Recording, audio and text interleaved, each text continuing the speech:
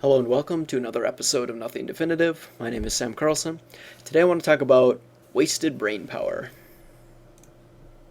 Okay, so one of the things that I've been doing a lot more in recent years, or at least a year, I guess, maybe two, is trying to find ways to optimize how I think about things and how I go about completing tasks. Okay, if I can reach a conclusion in my thought process faster using maybe the tools of rationality or something like that, or logic, I want to be able to exploit that so that I can reach that conclusion faster than if I had to do it, say, went 5 years ago, if I would have thought about it.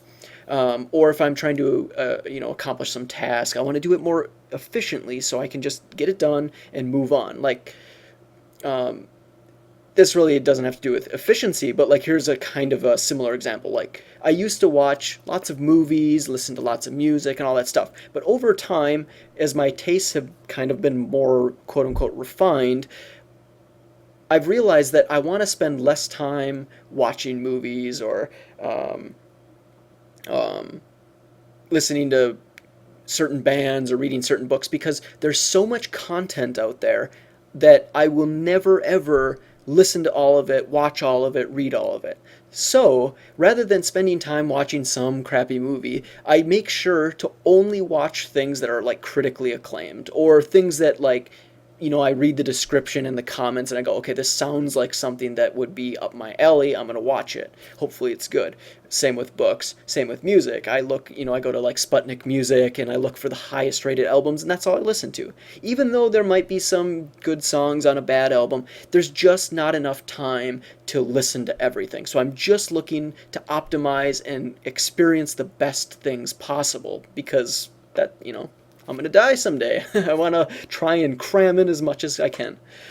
So, anyway, one of the things I was thinking about today is that we probably as humans waste a lot of time thinking about things that we don't need to. And the example that popped into my head was weather.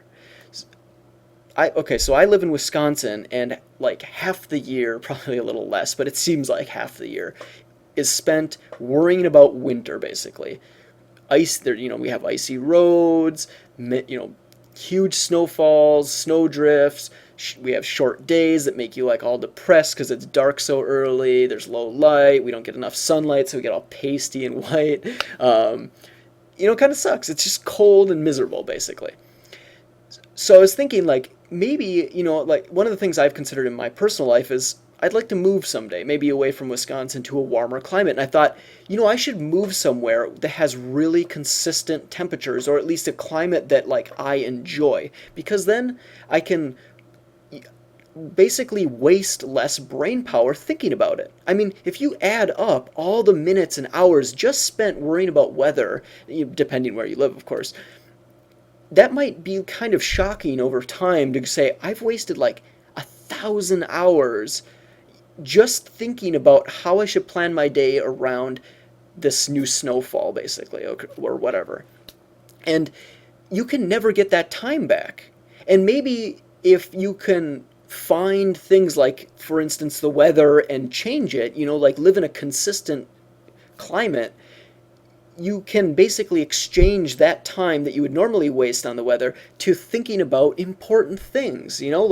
Basically, you could think about, for me, deep questions like, why am I in the universe worrying about weather in the first place? Why am I even here? What is going on? This is so surreal and crazy. Maybe if you can, apply that to your personal life as a listener, you can look for those kind of things like, what am I wasting time thinking about?